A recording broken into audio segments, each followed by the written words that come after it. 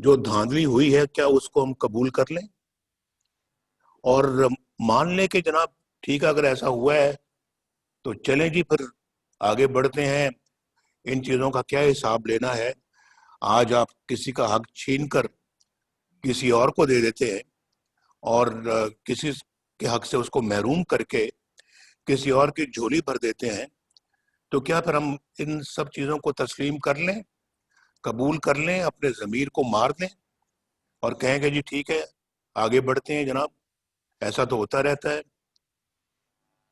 70 سالوں میں تو ایسا ہوتا رہا ہے، لیکن کیا آئندہ بھی پھر ایسا ہونا چاہیے؟ میں یہ سمجھتا ہوں کہ اس کا فیصلہ ہمیں بالکل اب دو ٹوک طریقے سے کرنا چاہیے. اور میں یہ سمجھتا ہوں کہ آج جو عدالتوں پر جو اس وقت دباؤ ہے اور دباؤ ڈال کر مرضی کے فیصلے لیے جاتے ہیں، تو کیا یہ سب صحیح ہے؟ اور آپ اس کے وٹنس ہیں آپ سب. ہمیں پتہ لگتا رہتا ہے کہ کہاں کس اپنا عدالت میں کس اپنا جج نے کیا فیصلہ کرنا ہے. انفارچونیٹ، اس سے بڑی بدقسمتی اور کیا ہو سکتی ہے کہ عدالتوں کو دباؤ میں لایا جائے اور ان سے من مانے فیصلے لیے جائیں. ان کو دیوار سے لگا دیا گیا ہے، یہ صحیح ہے؟ پارلیمنٹ کو ایک کٹ پتلی اور ربر سٹیمپ پارلیمنٹ بنا دیا گیا ہے. اس کو مان لیں. اور آپ میں سے لوگ مجھے بتاتے ہیں، میں تو پارلیمنٹ کا ممبر اور مجھے نہیں معلوم کہ میں کیوں نہیں ہوں آج ممبر نہیں ہوں. آج تک ایسا کوئی موقع نہیں آیا کہ میں پارلیمنٹ، الحمدللہ کہ میں پارلیمنٹ کا ممبر نہ رہا ہوں. اللہ کے فضل و کرم سے ہمیشہ اللہ نے کامیابی دی ہے اور کوئی آسان ہے کہ میں اپنا، اللہ نے مجھے ہمیشہ یہ اعزاز بخشا ہے. آج پہلی مرتبہ میں پارلیمنٹ کا ممبر نہیں ہوں، یا میں اس وقت ممبر نہیں تھا جب ہم مشرف کے زمانے میں جو ہے وہ ایگزائل پہ چلے گئے، تو اس وقت بھی نہیں تھا اور آج بھی نہیں ہوں، کیونکہ میں ڈسکوالیفائی ہو گیا اور نکل گیا وزارت عظمیٰ سے کہ میں نے اپنے بیٹے سے تنخواہ نہیں لی. اور یہ ہے ہماری عدالتوں کا کہ بیٹے سے تنخواہ نہیں لی، چلیں چھٹی کریں، جائیں وزارت عظمیٰ سے بھی فارغ. اس کے بعد پھر چلیں وزارت عظمیٰ سے فارغ ہونے کے بعد مسلم لیگ کی صدارت سے بھی فارغ، سارے فارغ. یہ کیا آپ کا دل و دماغ اس بات کو تسلیم کرتا ہے کہ اس کو، ان سب چیزوں کو مان لیا جائے؟ سیاست جو ہے وہ انسان اپنی سیلف ریسپیکٹ کو ملحوظ خاطر رکھ کر انسان سیاست کرتا ہے، سیلف ریسپیکٹ کمپرومائز کر کے نہیں. تو اگر جس میں سیلف ریسپیکٹ جو ہے وہ چلی جائے تو پھر کون سی سیاست اور کیسی سیاست؟ تو میں تو سمجھتا ہوں کہ یہ آج سب چیزوں کو سوچنے کا یہ دن ہے. اور مجھ جیسا آدمی جو 3 دفعہ اللہ تعالیٰ کے فضل و کرم سے اور آپ کی مہربانیوں سے اور آپ کی دعاؤں سے اور آپ کے تعاون سے وزیر اعظم بنا، میں 3 دفعہ، تو اس کے ساتھ یہ سلوک ہو رہا ہے کہ اس کو ملک سے باہر جو ہے وہ رکھا گیا 1999 سے لے کے 2007 تک. اور اب اپنا جو عدالتوں کی اجازت ہے میں باہر آیا ہوں. تو آج ہی کوئی عجیب و غریب صاحب میں نے کمنٹس پڑھے ہیں، بڑی تکلیف ہوئی ہے وہ کمنٹس پڑھ کے، مجھے بہت افسوس ہوا ہے. تو اب وہ آپ بھی سب جانتے ہیں، میں اب اس پہ کیا کمنٹ کروں. لیکن مجھ جیسا بندہ جو ہے جس نے پاکستان کی الحمدللہ خدمت کی ہے دل و جان کے ساتھ، یہ میرے ساتھی آپ کے ساتھ بیٹھے ہوئے ہیں، یہ جنہوں نے میرے ساتھ مل کے پاکستان کی بجلی کو بحال کیا، پاکستان کی روشنیوں کو بحال کیا، پاکستان کی انڈسٹری کو چلایا، پاکستان کی تجارت کو چلایا، گھروں میں بجلی لے کر آئے، اور پھر کسانوں کے لیے ٹیوب ویل چلائے، بجلی جو ناپید ہو چکی تھی اس کو دوبارہ لے کر آئے، دن رات کام کیا، ڈیم بنوائے، بجلی کے کارخانے لگوائے، اور پھر کہاں کہاں کارخانے نہیں لگے، اور اتنی سپیڈ میں. اور میں اپنے بھائی شہباز شریف کو بھی سلوٹ کرنا چاہتا ہوں کہ جس نے ماشاءاللہ دن رات ایک کر کے یہ بجلی کے کارخانے جو پنجاب میں لگے ہیں، اس کا سہرا شہباز شریف کے سر پر ہے، اور آپ یہ خواجہ آصف صاحب کے سر پہ ہے، اور شاہد خاقان عباسی کے سر پہ ہے، اور جو بھی لوگ اس ٹیم میں شامل تھے ان کے سر ہے. آپ جانتے ہیں، یہاں بیٹھے ہوئے ہیں ڈار صاحب میرے ساتھ یہ بیٹھے ہوئے ہیں، ڈار صاحب ماشاءاللہ ان کے سر پہ ہے، انہوں نے اس کے لیے وسائل مہیا کیے. ڈار صاحب بھی جانتے ہیں، خواجہ آصف بھی جانتے ہیں، شاہد عباسی بھی جانتے ہیں، اور اپنا ڈار صاحب اور کون سے تھے جو بڑے اس معاملے میں ایکٹیو تھے. اور میں ان سیکرٹریوں کو بھی، سرکاری افسروں کو بھی میں بہت ان کا شکر گزار ہوں جنہوں نے ہمارا ساتھ دیا اس معاملے میں، کہ ہم نے اپنا یعنی ہر دوسرے تیسرے دن پرائم منسٹر ہاؤس میں میٹنگیں ہوتی تھی، اور بجلی واپس لانے کے لیے گیس کو پاکستان میں جو ہے نا وہ سپلائی کرنے میں میرا خیال ہے کہ ہم نے کوئی کسر نہیں چھوڑی. اور پھر اس کے بعد یہ تو ایک سیکٹر ہے نا. آپ دیکھ لیں آج موٹر ویز پاکستان یعنی اسلام آباد سے پشاور سے لے کے کراچی تک صرف ایک بیچ میں حصہ رہ گیا ہے جو کہ اپنا ہے وہاں سے سکھر سے لے کے حیدرآباد تک، جو ابھی رہ گیا ہے وہ بھی شاید رہ گیا کہ ہمیں ٹرم ہی نہیں کسی نے پوری کرنے دی. ہمارا ٹینیور جو ہے وہ اپنا جو ہے نا وہ اس میں پورا نہیں ہو سکا، ورنہ اس کی بھی بنیاد رکھ کے ہم جاتے. تو آج جگہ جگہ پاکستان پہ آپ کو ہائی ویز، موٹر ویز نظر آتی ہیں، اور لوگ کتنے مستفید ہو رہے ہیں. تو اس میں ماشاءاللہ حسن اقبال صاحب کا بھی بہت بہت شکریہ جنہوں نے اس کی ساری پلاننگ کی، اور پھر ڈار صاحب کا شکریہ جنہوں نے اس کے لیے پیسے فراہم کیے، اور پھر دھرنوں کے باوجود ہم نے وہ سب کچھ اکمپلش کیا جو اس ملک کی ضرورت تھی. اور پھر 4 سال، میں تو 4 سال رہا، 4 سالوں میں ہم تقریباً بہت کچھ کر گئے تھے.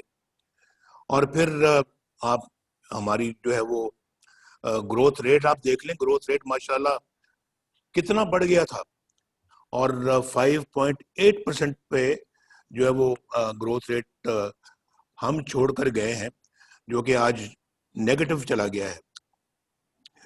تو میں یہ سمجھتا ہوں کہ یہ کیا ہے، تو میں یہ سمجھتا ہوں کہ آج اپنا جو ہے وہ اللہ کے فضل و کرم سے جو ہے وہ یہ سب جانتے ہیں کہ ہماری کیا خدمات ہیں اس ملک کے لیے. دہشت گردی کے خلاف ہم جنگ جیت کر گئے، اور پھر پاکستان کو جو ہے وہ گرے سے ہم وائٹ میں لے کے آئے، فیٹف میں، اور سب کچھ آپ کے سامنے ہے. گنوانے کی کیا ضرورت ہے مجھے، لیکن آج ہزارہ موٹر وے بھی دیکھ لیں، سیالکوٹ لاہور موٹر وے بھی دیکھ لیں، آپ اپنا لاہور ملتان موٹر وے بھی دیکھ لیں، ملتان سکر موٹر وے بھی دیکھ لیں، حیدرآباد کراچی موٹر وے بھی دیکھ لیں. بلوچستان میں ہمارا بنی ہے، بلوچستان کے اندر جو ہے اللہ کے فضل و کرم سے ہائی ویز ہم نے بنائی ہیں، صرف یعنی پنجاب کے اندر نہیں، بلوچستان اور پھر گوادر کو کوئٹہ سے ہم نے ملایا ہے. یہ کوئی چھوٹا منصوبہ نہیں ہے. اور بہت ساری سڑکیں بنائی ہیں. اور اب یہ دیکھیں، یہ جو ڈیرہ اسماعیل خان سے یعنی اسلام آباد سے ڈیرہ اسماعیل خان سے یہ کوئٹہ، یہ انڈر کنسٹرکشن ہے، اس کا کافی حصہ سنا بن بھی چکا ہے. اور پھر اپنا جو ہے وہ سندھ کے اندر سے یہ موٹر وے ساری گزر رہی ہیں. ہمارے تو بڑے بڑے منصوبے تھے جو زیر تکمیل تھے اور بہت سارے آج شاید مکمل ہو چکے ہوتے، باقی بھی جو رہ گئے ہیں. تو میں کہنا یہ چاہتا ہوں کہ ہمارے زمانے میں آدمی بھی سکھ کی زندگی گزار رہے تھے، پاکستانی سکھ کی زندگی گزار رہے تھے، لوگوں کو روزگار مل رہا تھا، لوگوں کو اپنا جو ہے وہ ان کو چیزیں جو ہے روزمرہ کی وہ دستیاب تھیں، یعنی کہ کوئی مہنگائی نہیں تھی، مہنگائی کا کوئی ایشو نہیں تھا پاکستان میں. تو آج تو ان کا جینا دوبر ہو گیا ہے. تو یہ جو جدوجہد آپ جو کرنے کا جو ارادہ رکھتے ہیں، وہ جو سب سے زیادہ اس کی جو ضرورت ہے وہ صرف اور صرف ان 21 کروڑ عوام کے لیے ہے، یا عوام کے لیے ہے جو جن کے دکھوں میں اور مشکلات میں آج بے پناہ اضافہ ہو چکا ہے. مجھے کوئی کہہ رہا تھا کہ جناب آج تو پاکستان کے اندر، یہ مجھے بہت ایک سمجھدار بندے نے یہ بات کہی ہے کہ آج کے زمانے میں جتنی کوئی لوگ کمائی کر رہے ہیں، اس کمائی سے وہ نہ اس اپنے اخراجات کو پورا نہیں کر سکتے، اخراجات کے ساتھ ساتھ نہ اپنے بچوں کو پڑھا سکتے ہیں، نہ وہ بجلی کا بل دے سکتے ہیں جو بم بن کے ان پہ گر رہا ہے، نہ وہ گیس کا بل دے سکتے ہیں، نہ وہ دوائیوں کا خرچہ اٹھا سکتے ہیں. آج دوائیوں کی قیمتیں آسمان سے باتیں کر رہی ہیں. صرف لائف سے سیونگ دوائی جو ہے وہ بھی عوام کی پہنچ اور عوام کی رسائی سے باہر ہے.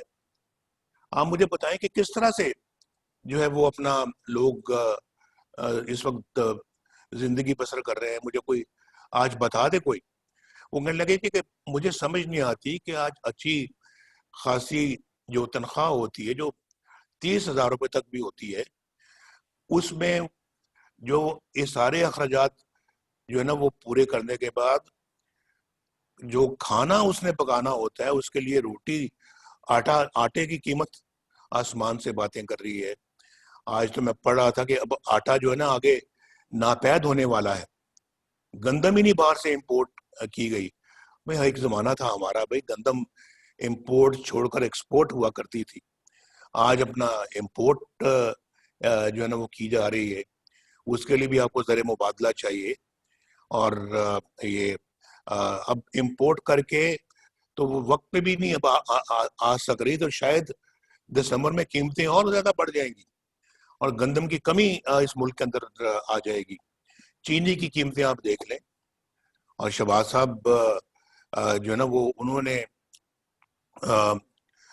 میں سمجھتا ہوں کہ ہم ان کی تعریف کرنی چاہیے جو انہوں نے انتہائی پریشر کے باوجود چینی کی قیمتیں نہیں بڑھنی تھی.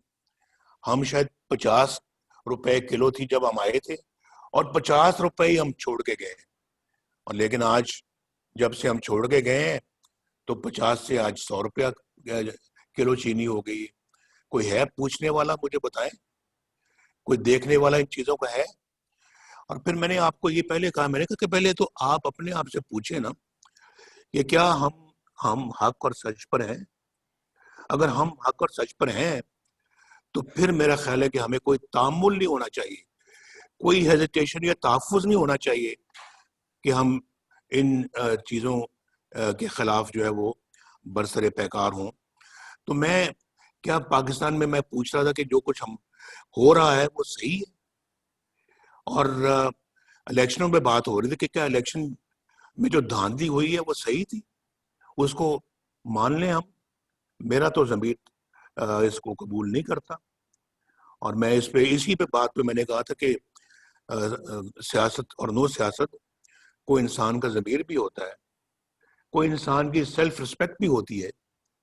آج تو ہم انگریزوں کی غلامی سے نکل کر آپ اپنوں کی غلامی میں آ گئے ہیں. ہم کوئی فری سٹیزن تو نہیں ہیں. آج آپ پوچھیں اپنے آپ سے، آپ ہیں؟ پوچھیں، ذرا پوچھ کے دیکھیں آپ. جس پارلیمنٹ کے ممبر ہم بنے ہوئے ہیں وہ پارلیمنٹ کتنی خود مختار ہے.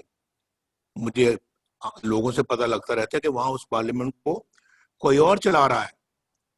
وہاں پھر جو ہے نا وہ دوسرے لوگ ہیں جو آ کے یہ ڈائریکشنز دیتے ہیں کہ جناب آج ایجنڈا یہ ہوگا اور آج اس بل پہ یہ ووٹنگ ہوگی اور فلاں کل یہ ہوگا, کمیٹی فلاں بل کو منظور کرے, فلاں بل کو دیکھے. تو یہ میں سب جو ہے نا, یہ میں سمجھتا ہوں کہ یہ بہت جو ہے نا وہ ہے سوچنے والی باتیں یہ, کہ ہم نے تو یہ ہماری تو اسمبلی بھی اب معاف کیجیے گا کمپرومائزڈ. تو اس میں انفارچونیٹلی جو ہے وہ ہماری عدالتوں کا آپ نے دیکھ لیا حال. جو محمد مشیر صاحب کی جو کورٹ تھی, وہ کرنل صاحب وہاں سے نکل رہے ہیں, اور وہ اس شاباش اس جرنلسٹ کی, جس نے اپنا ان سے پوچھ لیا کہ جناب آپ یہاں کیا کرنے آئے تھے, اور آپ یہاں پر کس کو ملے ہیں, اور ہمیں بھی اجازت دے دیں کہ ہم بھی جج صاحب کو مل سکیں. اور وہ کتاب سے منہ چھپا رہا ہے اپنا.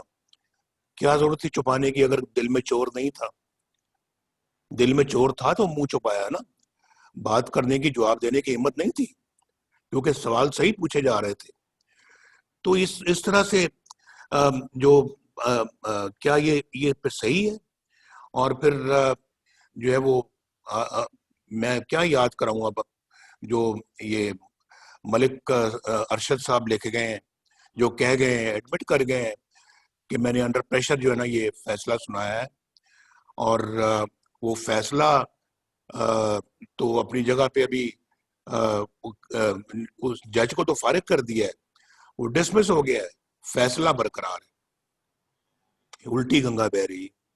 اور اسی فیصلے پہ میری بیل کا مسئلہ اٹکا ہوا ہے, اندازہ کیجئے آپ. اور میری بیل بھی اسی یعنی کہ جو جج ڈسمس ہو گیا ہے, جس کے بارے میں سینئر جوڈیشری نے یہ کہا تھا کہ ہمارے سر شرم سے جھک گئے ہیں اس بندے کا جو کردار ہے.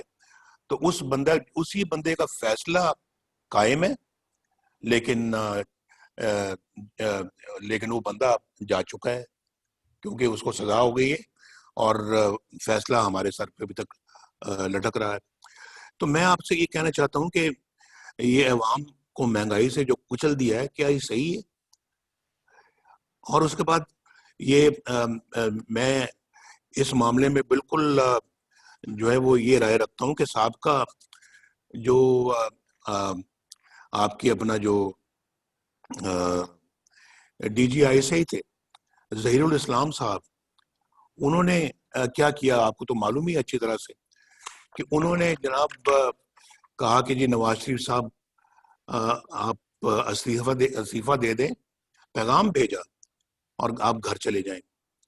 اور یہ دھرنوں کے دوران کی بات ہے, دھرنوں کی اس پیریڈ کی بات ہے کہ جی I should step down and go home. تو آپ یہ مجھے بتائیں, یہ صحیح ہے؟ مجھے آ کے یہ پیغام ملتا ہے in the middle of the night.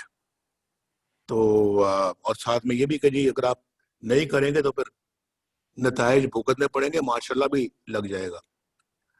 تو میں نے کہا کہ اچھا بھی جو ہونا ہے وہ ہو جائے, آپ نے جو کرنا ہے وہ کر لیں, لیکن میں اس طرح سے سٹیپ ڈاؤن کرنے والا نہیں ہوں, میں استعفیٰ نہیں دوں گا. تو مجھے آپ بتائیے, ذرا سوچے کہ پھر یہ سب صحیح. اور پھر اس معاملے میں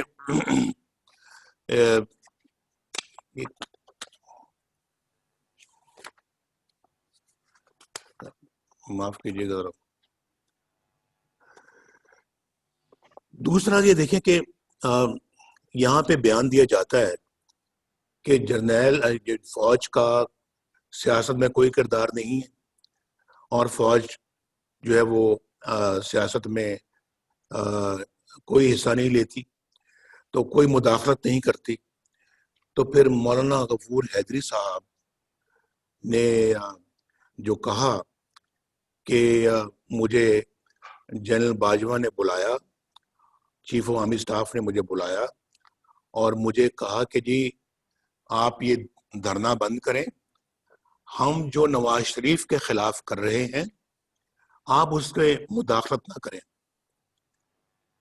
پھر یہ تو کون سی سیاست رہ گئی جس میں آپ مداخلت نہیں کر رہے؟ اور آپ کیوں نواز شریف کے خلاف کوئی ایکشن لے رہے ہیں یا کوئی کاروائی کر رہے ہیں؟ ذرا مجھے پتہ لگنا چاہیے اس بات کا. تو کیوں کر رہے ہیں؟ آپ کا تو یہ کام ہی نہیں ہے، آپ کا تو یہ پیشہ ہی نہیں ہے. تو آپ یعنی کہ کیوں آپ نے پھر یہ بات ان سے کہی؟ اور اگر آپ نے نہیں کہی تو پھر آپ نے کیا اس کی کوئی کانٹرڈکشن دی ہے؟ آپ نے بتایا کہ آپ نے نہیں کہی، تو یہ پتہ لگنا چاہیے نا.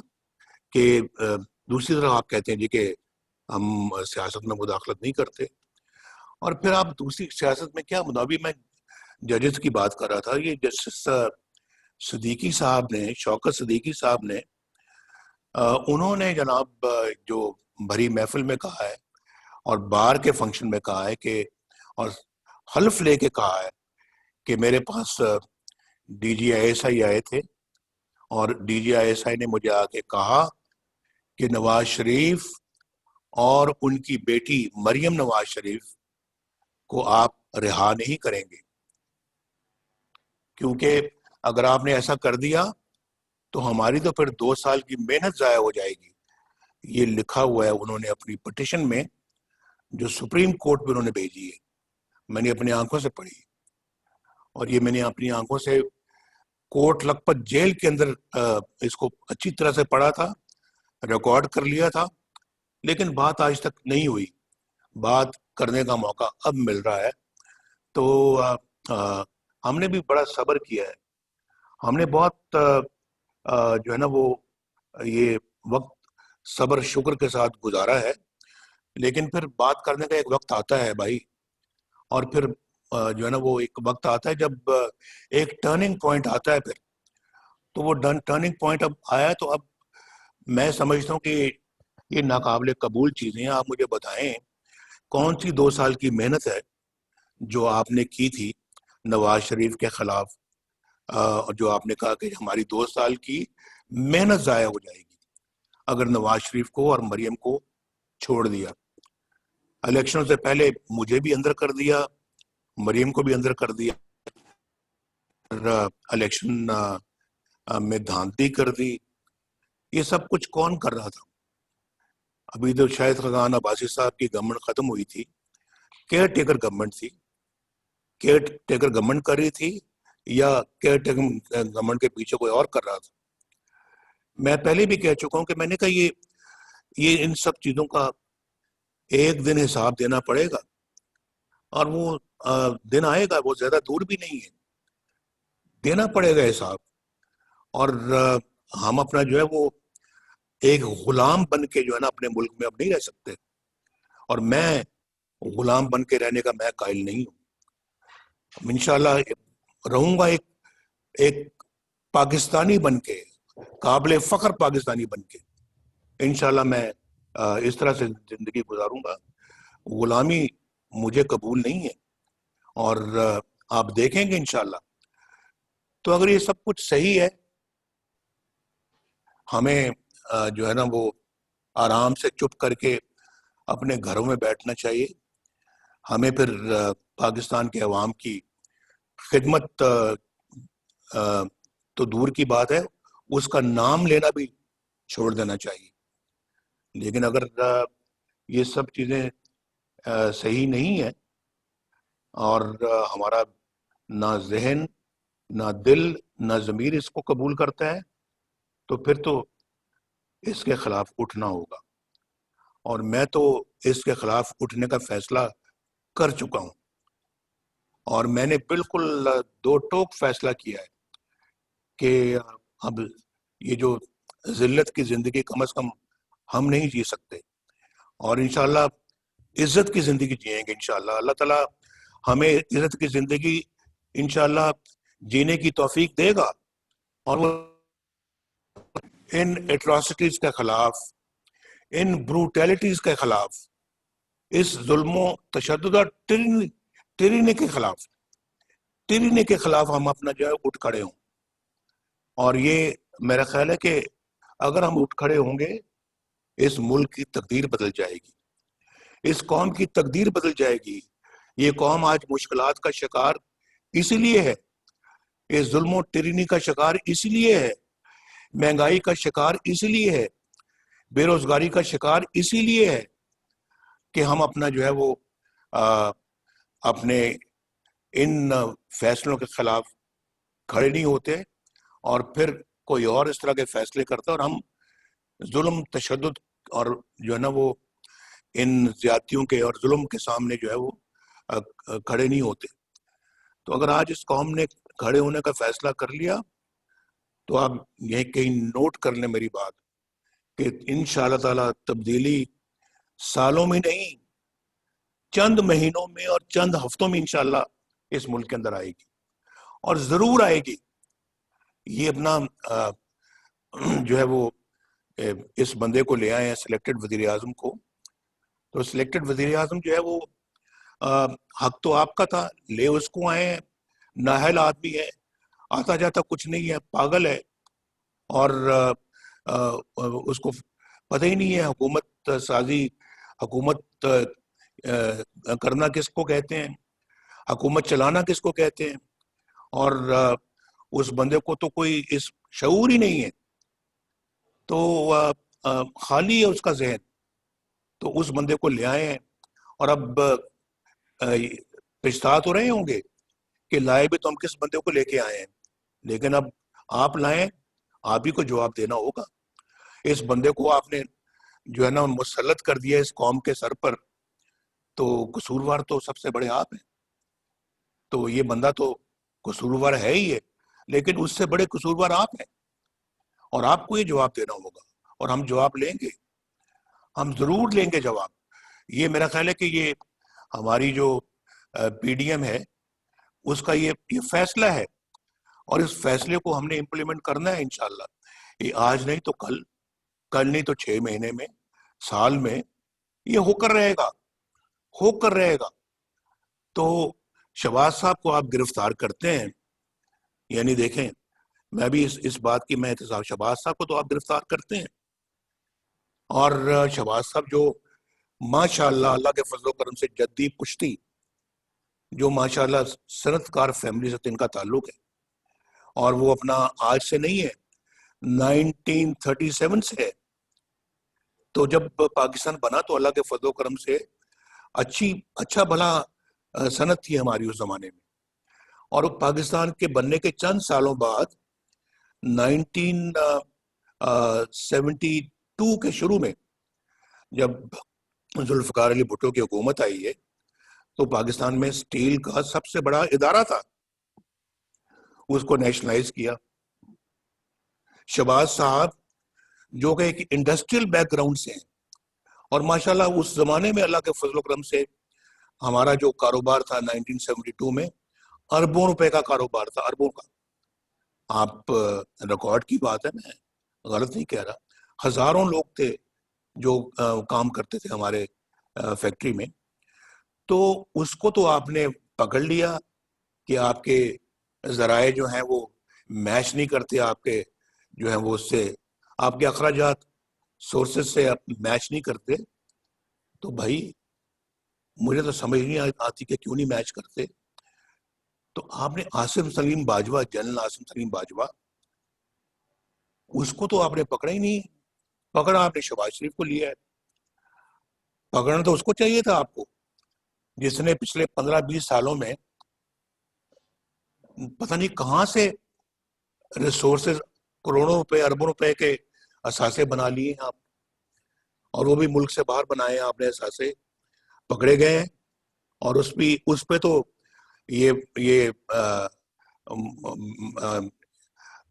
وزیر اعظم جو سو کالڈ وزیر اعظم ہے اس کا استعفیٰ بھی ایکسیپٹ کرنے کے لیے تیار نہیں ہے, اور اس کو کلین چٹ دے دیے, سرٹیفکیٹ دے دیا ہے, جیسے کہ انہوں نے عمران خان صاحب نے جو ہے وہ جو ثاقب نثار صاحب سے کلین چٹ حاصل کی تھی, اس کو بھی کلین چٹ دے دیے. میں بنی گالہ کی بات کروں, اور اس کو انہوں نے عاصم سلیم باجوہ کو کلین چٹ دی ہے کہ آپ جی بہت محترم ہیں, آپ تو بالکل صحیح ہیں, دیانتدار ہیں, بہت اچھے ہیں, لیں بیٹھیں آپ نہیں باہر جا سکتے, آپ نہیں چھوڑ سکتے, اور شہباز صاحب کو پکڑ کے اندر کر دیا ہے. تو بھائی ان چیزوں کو ہم دیکھ رہے ہیں, روز دیکھ رہے ہیں, اور پھر ہم اپنا جو ہے اس کے باوجود جو ہے وہ جدوجہد نہیں کریں گے اس ساری ناانصافی کو, بے انصافیوں کو بدلنے میں, اس سارے زیادتی اور ظلم کو ختم کرنے میں, اس سارے جو ہے وہ ایسے نظام کو جو کہ اپنا ریموٹ کنٹرول کے ذریعے سے چلایا جا رہا ہو, اور جو کسی کی حق تلفی کر کے کسی اور کو بٹھایا گیا ہو, تو میں یہ سمجھتا ہوں کہ اس کے خلاف تو کھڑا ہونا, تو ہمیں تو ہمارا قرآن بھی یہی ہدایت کرتا ہے, اور پھر کہتا ہے کہ ایک دفعہ جب آپ باطل کے خلاف کھڑے ہو تو پھر پیچھا نہیں دکھانا, تو ہم انشاءاللہ پھر اب پیچھا نہیں دکھائیں گے. میں بالکل جو ہے وہ سمجھتا ہوں, لیکن کہ بعض حضرات شاید بہت وزن نہیں اٹھا سکتے, لیکن میرا یہ خیال ہے کہ اگر دل ذرا بڑا کر کے تھوڑا وقت اگر مشکل اگر آتی بھی ہے اس کو برداشت کر کے, تو اگر اپنا کردار اگر ادا کریں گے تو انشاءاللہ اس قوم کی تقدیر دنوں میں بدل جائے گی, ان سب مصیبتوں سے نجات مل جائے گی, اور یہ جو غلامی ہماری جو چل رہی ہے, یہ غلامی کا دور ختم ہو جائے گا, یہ غلامی ختم ہو جائے گی. یہ میں اللہ کے فضل و کرم سے دعوے سے کہتا ہوں, یہ بات صرف تھوڑا سا اپنے اندر حوصلہ ہم نے پیدا کرنا ہے, اپنے عزم کے اندر جو ہے وہ مضبوطی پیدا کرنی ہے, اور اگر ہم نے یہ کر لیا تو بہت جلدی انشاءاللہ حالات تبدیل ہو جائیں گے.